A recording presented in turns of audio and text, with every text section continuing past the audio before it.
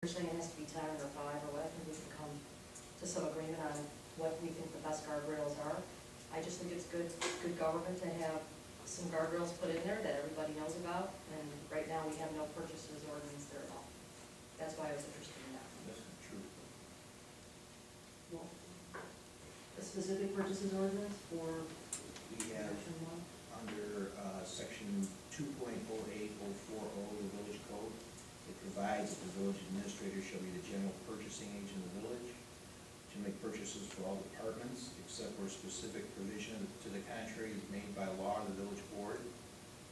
The village administrator shall make all purchases of supplies, materials, equipment authorized by the board in a manner prescribed for and subject to the limits imposed by law. The administrator shall supervise the purchase of all materials, supplies, equipment for which funds are provided for in the budget. Lead contracts necessary to the operation and maintenance of village services for amounts up to and including $20,000. Receive sealed bids for purchases in excess of $20,000 and present them to the village board for approval.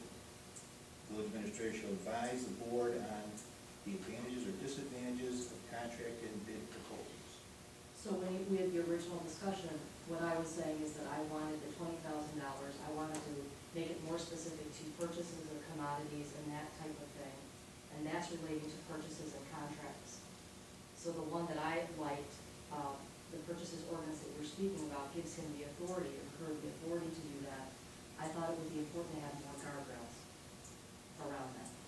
So I can show you the language that I was interested in, and maybe you can give us your opinion, or other people can give their opinions about that. I sent it actually to you this last couple weeks. I sent it to the mayor on September 26th. Okay. I received a lot of emails, and I do remember you sent me something about that, but I don't have the email in front of me in the specific. So, I'll look for it. If I don't, I'll ask you to resend it. I will submit it to council so we can look at it. I'm going to comment. I know Tom had his hand up first, so. Thank you. Trustee Chuck? I think it's a good idea. I want to make sure I understand it though. And so Amy, in Frank's scenario of a water main break where we need to spend money, this would not hamper that, right? We wouldn't have to have a special meeting or anything. Well, the language can be written any way you want. So in some language where they have purchases of services, he still has rules, even in an emergency bid situation. He still has to take whatever the rule is, and I'm not sure if that's currently in our code.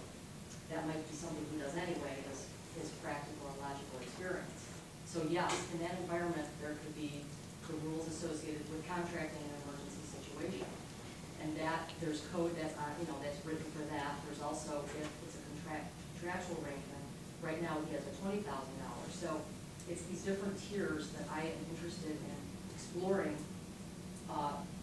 some of the alternatives on that to provide a framework for all three of those different types of purchases.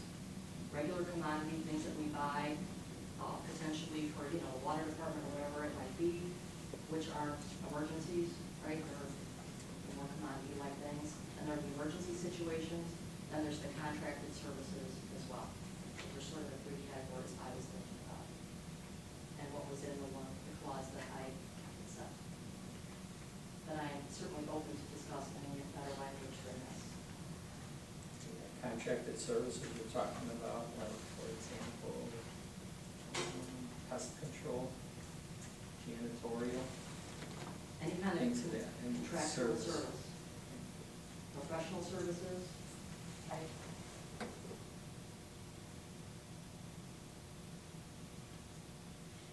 Anything else?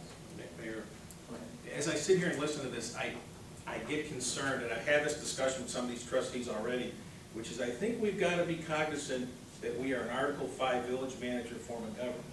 And I think we're creeping slowly towards making 7 village managers plus Frank, where we're going to tell, what our job is to set legislation, vote on legislation. Our job is not to manage the day-to-day operations of the village. That is why we have a village manager. If we don't like what the village manager is doing, we have the right to get rid of it. I'm not, certainly not asking for that tonight. But I think we have to be very careful into creeping into this area where we're gonna start telling Frank, we think we know better than you what we need in this village and how to spend it, when he's here day to day doing the operations of it and knowing what's there. I've had this discussion before with other issues with them, and I think we're creeping, and I think we gotta be careful that we know what our job is as trustees under the Illinois statutes. And I think we're, just because another village does it, doesn't mean it's right, or that's the proper thing to do. That's my take on it. Thank you. Anybody else? Brian, I'm not sure when you say with them, I don't know that we've had a discussion, so I don't know if I'm part of the with them or not with them. So if we had a discussion, I don't remember, I'm sorry. I think that when we looked at the budget, the last pass as we were approving the budget, we had the issue where there was the accounting error, and we had that mistake, which was an honest mistake that happened, but then I think we quickly looked at the budget and decided that we could not spend the money on the patrol car, is one that I remember. So I think that that wasn't something that we were maybe putting Amy's suggestion into play, but I have worked in environments, and I know corporate America is not municipality, but at times things change in the world, and maybe you had the budget set, but 6 months later things have changed. And so I think for the 5, roughly, and that's the number I'm gonna use for now, maybe 4, maybe 8, whatever, items that we're talking about, I don't see it as that much of a big deal to get those in. I think if we are buying a patrol car as an example, we don't need it by next Tuesday. We have a month or 2 or 3 to look at that. And so then we have the time and the luxury of time to be able to approve that. So I think it's a good idea. And my concern isn't whether it's a good idea, it's what's legal and what we're supposed to be doing. There are things that I think, I'd like to put a tax on the cigarettes, can't do that. I mean, there's things you have to do there are things that are legal and things that you are not supposed to be doing. I think we are creeping more and more towards doing things that we're not supposed to be doing. Now, in terms of the them, I certainly was not including you. I think the village and the town, if I may, has gotten into this us and them thing, and it's so sad to hear that. It's so sad that this town is split in half, and it kills me to see that. And I hope to God it gets better, and I'm certainly not picking them or us or anybody else, and I hate when I hear those words, because I'm not picking on any specific group here. I'm just saying, and those people that I talked to, I didn't say it by name because they know who they are. And if you weren't one of them, then you know you're not one of them. Right, but I have the same feeling, and I heard you say them, meaning either us or them. Who's us and who's them? Yeah. We're I don't know, all but the that's what board you said, them. that's what I'm There trying is to no us and clarify. them. I hear what you're saying, and I haven't heard our council say what we're doing is approaching illegality or, 2 steps away from legality. I'm not sure the right terminology, but I haven't heard that come out of anything we're discussing. Usually, what is the feeling about that, Council? You're the board of trustees, you're a legislative body, you can pass ordinances to make policy. Provided that it doesn't, you're not home rule community, so whatever you pass has to be either expressly provided for in the statutes or reasonably implied therefrom. You can pass a purchasing ordinance if you choose that to be the course, the policy you want to set. On the other hand, there are many non-home rule municipalities that don't have purchasing ordinances. So, that's strictly a policy decision that the 7 of you have to decide. Right, so my feeling is, Brian, I respect your opinion. I think it's something I feel strongly about. You obviously have different opinions about that. I do not feel it's a quest to take Frank's job over. I want to have a well-run and a well-fiduciarily managed, tightly managed village. I believe this is one step to do that. We can all have our own opinions about that. So I would like to explore this. It may or may not be important to other trustees. That's why we're all sitting at the dais here to have this discussion. That's fine. Okay, I'd like to get input on the idea of a purchases ordinance, the questions or comments from the audience, if you have any. And if you're not sure the concept, ask that, because can be a difficult area. Mr. Metz, would you say your name and give us your address again? Chris Metz, 64 Arrowhead Court. I'm just curious, Frank, do you think that would be micromanaging your position if the language would be changed? I follow whatever the village board So it's not a big deal. tells me what to do, I will do it.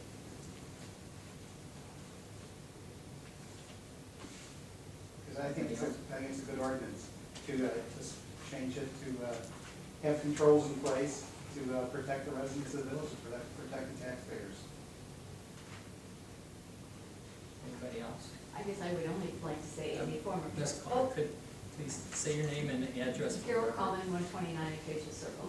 Only as a former trustee, I was glad to hear that Amy was not implying that things have been done or that there was anything wrong in the past, because we have, as Frank alluded to, and as a public works trustee, the only thing that ever came up that cost more than $20,000 was truck leasing or truck purchases, the big items. Other than that, we had nothing other than salt, and we didn't spend a whole lot of money. That what we have in place sounds good. If it can be tweaked a little bit, why not? But, and I will say that if you have a water main break that's more than $10,000, boy, you're in trouble. So,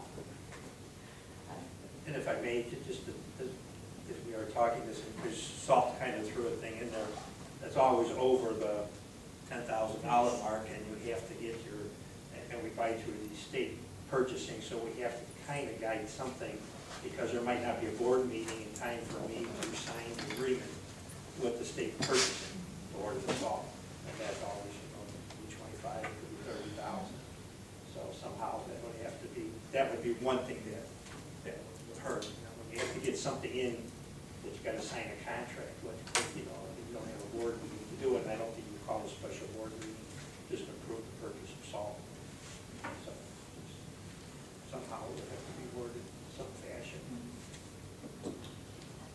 Okay, well, I will take the input that you provided to me and send it to council and ask them to look at that section that you referred to. And if you could make a recommendation or and draft an ordinance that perhaps can incorporate these changes, not saying that this is ultimately, but it will give us a document to work from, and we can, when it's ready, we can take that up and make a board decision on it at the proper time. Okay. Okay. And I will follow up with you if I have some questions about when I go over it. Okay? Sounds good. Okay. Next item of business is village lease with Indian Head Park Heritage Foundation. And I'd like to open talking about this. Given some thought, there's been some questions back and forth. Trustee O'Loughlin had asked for this item to be on the agenda. We spent a lot of time, it seems, with the Heritage Center and Heritage Foundation for something that started with Mr. Berg, who is now passed on, with an idea of trying to keep something historical of value in the village. And the fact that we spend the time and effort, and what's this for, and what are we gonna do this, and a number of people in town hate it and like to see it bulldozed. And a lot of people, and I would bet most, if not all, of the docents want it to continue and to have that there. So I've given some thought, and I have some remarks that I intend to share with you right now. First, this is my recollection. Obviously, if somebody can show me something different that where what I am about to state is wrong, then I will tell them, okay, then my recollection was faulty. But I think for the most part, it's pretty good. Heritage Foundation was initially modeled after the School District 106 Highlands Educational Foundation. The Heritage Foundation is its own legal entity and not an individual personality. 3 Indian Head Park residents comprise the board of directors and officers of the foundation, as I recollect. Former Mayor Pellegrino is the president, Susan Schroeder, a vice president, Resident Alex LaBelle, secretary treasurer. In additional, there's attorney and resident Noreen Costello, who serves as the general counsel for the foundation. Together, these individuals have, I know, worked hundreds of hours and basically donated that time volunteering for the foundation in the course of what they do in raising money, and have contributed over $22,000 to the village of Indian Head Park. The village had and still has, in a month-to-month format now, Trustee O'Loughlin, a lease for the office space between the village and the foundation. The lease amount was set at $210 per month to be paid on a quarterly basis, and the lease rental amount was based on the foundation leasing 168 square feet of office space at $15 a square foot annually. There was no written lease after the year 2008. I think it may have gone into 2009 on further reflection, but in any event, from about that time, the then written lease expired by its own terms and rolled over and became a month-to-month lease terminable at the will of either party upon 30 days' notice. At about that time, the foundation was unable to predict its ability to raise funds due to the deepening recession. And it was told, basically, that the foundation couldn't enter into another 2-year lease because they couldn't guarantee they're going to be able to raise the money to pay the rent to continue leasing this space. Not having a written lease also benefited the village in terms of flexibility in the event that some other community-related group was interested in the Heritage Center. The community should be grateful to the Indian Head Park Heritage Foundation for their generosity and community spirit. And in fact, I think we are grateful. Additionally, many others have donated their time and talents and, yes, funds to the Heritage Center. All the docents, all the volunteers, the school kids that come out there. Resident and former lead docent Jane Kuhn, all the docents over the past decade, former trustee Ann Vermeer, who served as trustee liaison to the Heritage Center. Planning and Zoning Commissioner Jack Yelnick, who donated time and materials to reconstruct the back entryway. Foundation President Rich Pellegrino, whose business contacts donated the yellow striping of the parking lot, not once but twice, but not only the actual striping, but the seal coating that obliterated the original striping, all without taxpayer expense or use of taxpayer funds. However, the question now arises through the voices of some of our residents whether the Heritage Center has outlived its useful life. I've run into people who've asked me, hey, do we really need to have that? I know before it was fixed up, people said, hey, we have a nice neighborhood here and you've got this shambles of a building. And the village didn't have the funds to do it, but yeah, it was an eyesore. But we worked at it, and I supported that, and we fixed it up, and it looks nice. And volunteers who donated time for landscaping. It's truly been a community effort. But now we're at the point where the issue arises as what does our community value with respect to the Heritage Center? Let us remember that not only does the Heritage Center preserve history and provide open green space, it served as a prudent tax-saving substitute to the creation of a library district. I've had people ask me over time, why doesn't Indian Head Park have a library? Well, it's not for want of trying. I've lived in town for a good number of years, spanning 3 decades, and I recall there was at least a couple of times where there was a referendum where Indian Head Park could become part of the library district, and they failed each time. And so the focus was on the village. What can the village do? Well, Mr. Bird's offer, and we bought the building, and my predecessor and with the foundation got the docents program going, and it's the library we know right now. And Jane Kuhn put a lot of work into that, and so did the other docents. The traditional lending library we have at the Heritage Center was donated basically from the shelves to the books to the furniture to the modest antique collection, and no additional line item on the tax bill to any of our residents, as there would be had we become part of the library district. But once again, the question is, would the majority of our residents rather see this public asset sold and the proceeds applied to paving our streets or other worthy and necessary projects? Several questions regarding the sale would materialize if we were to go in that direction. Would the grant the village received need to be paid back to the state? Do we need a formal response on that, answering that question? Would the school children crossing the site need to be relocated, or perhaps cause District 106 to contemplate busing certain children to the school, just to avoid crossing here? What would the value of the property obtain for us on the open market?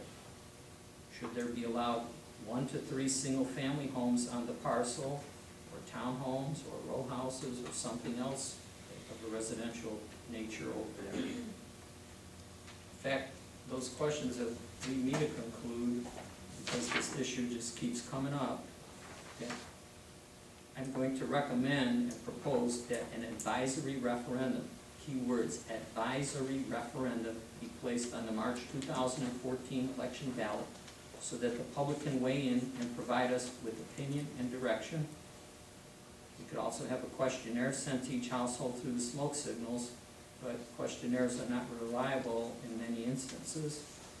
And while we are looking to our citizens and taxpayers concerning advice, maybe we should put a second advisory referendum on the ballot concerning Arrowhead Memorial Point at Wolf and Plainfield. Has this public asset outlived its useful life? Could it be sold for development? If sold, should it be residential or some type of commercial that might bring some sales tax into the village? And then we could apply that money to the streets program and infrastructure. I'd like everybody here who hears this, I have copies I'm going to distribute to the trustees so that there's no misunderstanding of what I'm saying. Please be clear in understanding that I am not suggesting that these public assets be disposed of. I'm only suggesting we allow our residents the benefit of providing us their opinions on what they value. As we all know, we work for the greater good of the people of Indian Head Park.